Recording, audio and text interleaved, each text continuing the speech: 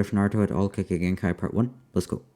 The story starts normally on the night of the Nine-Tails attack, though will very quickly turn very, very badly. Events follow as normal. Minato fights the Masked Man, then the Nine-Tails, and finally has to, along with his wife, seal the Nine-Tailed beast into his own firstborn son. And as Kushina and Minato are taking their last breaths, hoping for Naruto to survive and succeed in his life, they see a man approaching slowly, walking forward from the shadows of the forest. This man is none other than Orochimaru. With the kunai in his hand, he's prepared for battle, though the battle is already over. The last thing he sees is the fourth and his wife on the brink of death, and their son, who is surviving.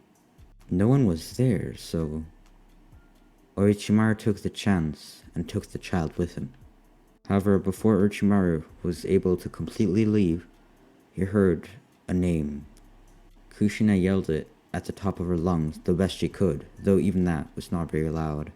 Using the last of her energy, Kushina yelled, "Naruto!" But Orochimaru didn't have to turn back to look. He knew that that was the child's name that was given to him. He's a scientist, not a villain, so he's gonna respect the name and keep the name. Orochimaru does have some respect for Minato. They were pretty much rivals for some time after all.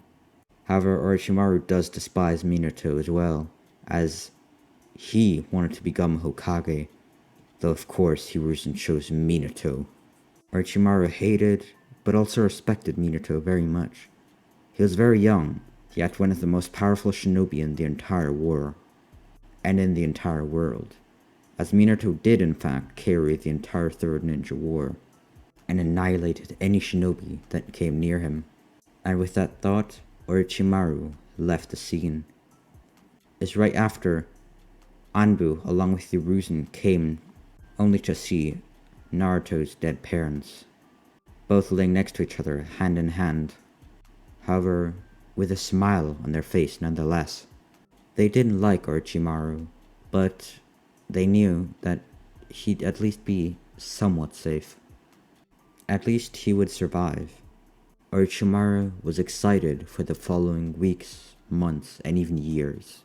He finally had an Uzumaki to experiment with, and not just that, he was son of the fourth Hokage and the Red Death of Konoha. Orochimaru saw potential in that boy that no one else could have even grasped. Perhaps somewhat unrealistic, though still. Orochimaru was going to try his best to keep this boy alive, as he didn't want to try any fatal experiments. He was going to go step by step. First, just looking at his DNA, trying to research, find out more about him and his heritage, and then more and more actual experiments, and more dangerous ones. Orochimaru found a weird kind of chakra inside Naruto. It wasn't his own. It wasn't nature energy. It was something different. It wasn't even the Nine-Tails. It was inexplainable. But Orochimaru wanted to dig deeper. He felt that there was much more untouched potential. And even this weird kind of chakra would increase as well. There would just have to be an awakening. However, before any of that, Naruto would have to get some Senju DNA, more specifically, Hashirama Senju. This would up his regenerative abilities, making experiments much easier to do, as there wouldn't be much of a risk, at least not that much, and Naruto would take less time regenerating so they could do more experiments in a shorter amount of time. It was brilliant, but first, they had to get Naruto to actually merge with the Senju DNA. They being Kabuto and Orochimaru working together. Their initial thought was that Naruto, because he's Uzumaki, which is a cousin clan of the Senju, should absorb the cells much easier than a normal person would, which they tried. They were a little skeptical, and almost broke off the experiment because they thought it would be a little too dangerous just doing it without testing out first, but it worked in the end. After only half a week, Naruto fully absorbed the Senju cells and merged it with his own. increasing his regenerative abilities as well as his chakra output and capabilities. Now, over time, Orochimaru would give him more and more Hashirama cells, as it would just give more and more regenerative abilities, which would make experiments much easier. Of course, Orochimaru continued to each week take some of Naruto's DNA to see what was going on, and the results became better and better every single time. The results of every experiment were so great that Orochimaru took up all of his time on just this one boy, and Kabuto started to do the same thing. All other plans of domination were completely set aside for Naruto, and with this they started to lure out Naruto's chakra elements. And since they couldn't get Naruto to put out any chakra on a piece of paper to test out what abilities he had, well, they'd had to do it by force. And Orochimaru found a way to do it by force, which he had tried on many people before, though it resulted in quite a few fatalities. Though he was going to start lightly and then put up the force more and more, as it was Naruto after all. So he started by giving electric shocks. These electric shocks would not only get Naruto's body to react and become more active, but also to lure out his lightning abilities, as feeling the electricity flow through Naruto's body should awaken his cells and his chakra to come forth, at least to be able to see the capabilities. Not yet have him do any jutsu, but just make sure that it's possible in the future. In the tank that Naruto was residing in, they also did many things to his environment. Heated it up to see if he has fire nature, made him suffocate for just a little bit as if he was actually underwater, so basically just cutting off his oxygen as he was already in a liquid, and even manipulated his pain sensors so that it felt as if he was on the earth, having rocks being thrown at him, being one with actual rock. Now that doesn't sound very pleasant, but it's one of the only experiences that Naruto has in his entire life, so he doesn't really know what's good and bad, so it's just kind of something. Naruto had a response to each one of these stimuli, at least to some extent, to some more than others, especially wind, which was created by having basically waves in the liquid tank, making Naruto feel as if he was flying in the air. That one had the biggest effect, completely changing Naruto's heartbeat, mood, which they were kind of able to see, and made his brain more active, showing signs of capability for wind chakra. But he had some respondents to every single stimuli, which is unheard of. Orochimaru was completely shocked and sometimes even double-checked to make sure that the equipment isn't broken. It felt like every experiment on Naruto was successful, which is why Kabuto gave Orochimaru an idea which they would focus on for the next 2 years. A dangerous idea for anyone else, but for this vessel, it might be possible. And since they already had Senju DNA, more importantly from Hashirama himself, Kabuto proposed they give Naruto other clans' DNA as well. They didn't want to start with Uchiha, as that was basically the opposite of Senju, and that might make Naruto react in a negative way, so they waited for that first. But continued with others, such as the Hyuga clan, which was a pretty neutral clan between the Uchiha and Senju feud, which is why that would probably be the best. And it worked. Naruto absorbed the Hyuga chakra perfectly. Then they tried the Nara clan, which would hopefully increase Naruto's intelligence over time. And who would have guessed, it worked. Then they tried some more altogether with Inuzuka, Aburame, Akamichi, and some more lesser known clans, including the Yamanaka clan. Now at first it wasn't a lot of DNA that Naruto was given, but over time they would give a little more of each one. But then, the last boss almost, the elephant in the room, the Uchiha DNA. It was risky, especially seeing that Naruto was basically the cousin of the rivals, the direct rivals, for generations, and even had some of the rivals' DNA. But they would have to do it if they truly wanted to make Naruto as powerful as they could. By the way, if you're wondering why Orochimaru is doing all of this, it's simply because he wants to manipulate Naruto for him to become the strongest. As if he can have one of the strongest combinations of clans, chakra natures, abilities, and literally anything he wants put into one boy and control that boy perfectly, as if he is his own father, well, then it'd be easy to take over the planet, the world, to take over any village that he desired. So it was done. Naruto got the Uchiha DNA, and it worked. The Uchiha DNA merged surprisingly well. Of course, not as good as some of the others, but given a week or so, it worked. They would have to take a little more time to completely merge with Naruto's cells and actually completely integrate in Naruto's chakra system, but it worked. No damages on Naruto, and now he had most major clans in his body, and they all are working. Orochimaru and Kabuto continued to give more and more of the stronger clans, such as the Uchiha, Senju, and of course, Hyuga too. And something they added later was DNA of the Kaguya clan, specifically Kimimaro. If you don't know what the Kaguya clan is, they're basically just descendants of Kaguya, very distant of course, but some of them have the bone release, such as Kimimaro, and Orochimaru just wanted to see if Naruto could have it, and of course he does.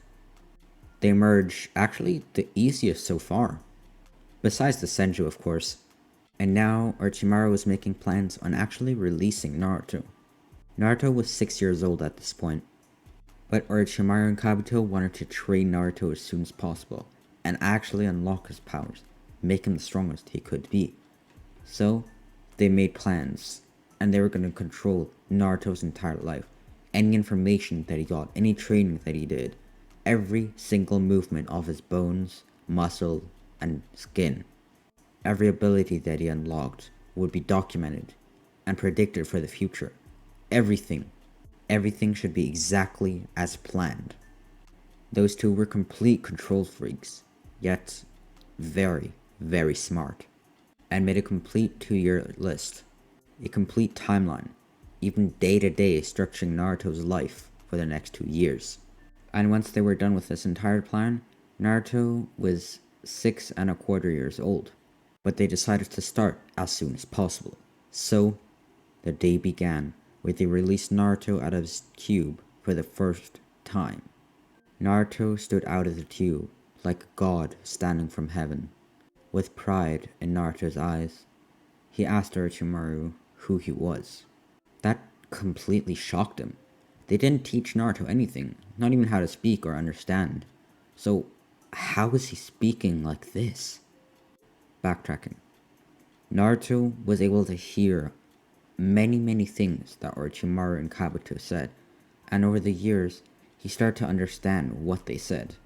But more importantly, Naruto was starting to hear more and more of a mysterious voice. This was Kurama. At first, they didn't understand each other at all, and Kurama talking was kind of useless. Though Kurama was very, very bored, and even though he did dislike Naruto completely, there wasn't much that they would do against each other for now, so Kurama kept talking, and Naruto found this very, very interesting. And over weeks and months, Kurama keeping on to talk, as well as the outside world, being somewhat able to be heard from Naruto, Naruto started to understand, and even slowly start to speak with Kurama. Now, he was very easily impressionable, which is why Kurama was able to talk to him without much backlash. But even if Naruto was a blank slate and Kurama would be able to control him, Kurama is not gonna control a child. Now, that doesn't mean he's not gonna wait for future events to follow and for him to control him then. But I'm just saying he's not gonna control Naruto as a child. That's completely immoral. Of course, controlling an adult is completely okay. I mean, we all know that that's normal. Just saying a child, not great. So Kurama would wait, but continue to talk to Naruto, preparing for the future. Now, back to Naruto standing in front of Orochimaru and Kabuto, asking who they are. Naruto knows their name, Kabuto, and Orochimaru, as he's heard them many times. He just doesn't know who they are. But now he does. The two standing in front of him are those two, Kabuto and Orochimaru, and they explain quite a few things, though of course not all being the truth. If they told the actual truth, well, Naruto would probably not be completely on their side. They said that Orochimaru rescued Naruto from almost being killed by a beast, and he was completely an orphan. All his family died, and no one even knew he existed, and he was left to die.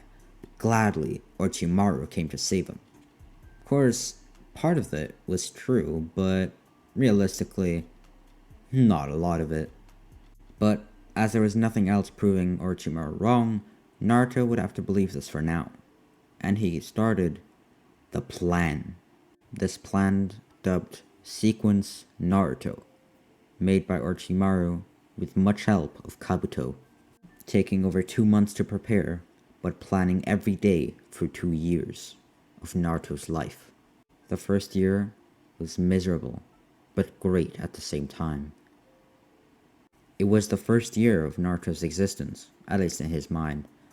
He never had anything else in his life before, so this was what the world was for him, and what he thought was the whole world.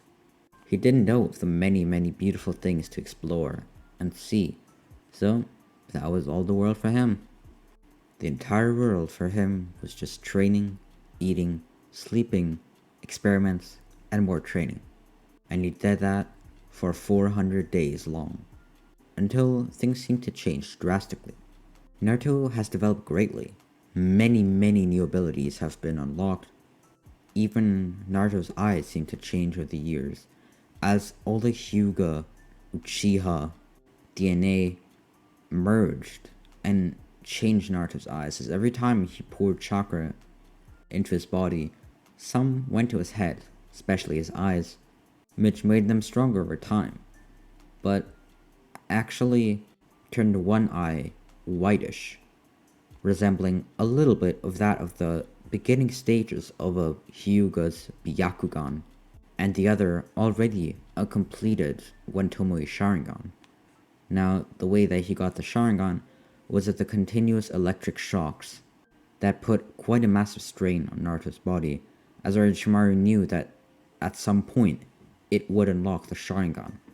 But he had to go much further than he expected at first, so it did take quite a toll on Naruto's body, and he had to take a week to recover completely. He had burn marks all over, and it was not pleasant. And this was the breaking point. At the 1 year anniversary, Naruto seemed to not like Orochimaru as much anymore, and over the coming weeks, he had more and more evidence not to like him at all.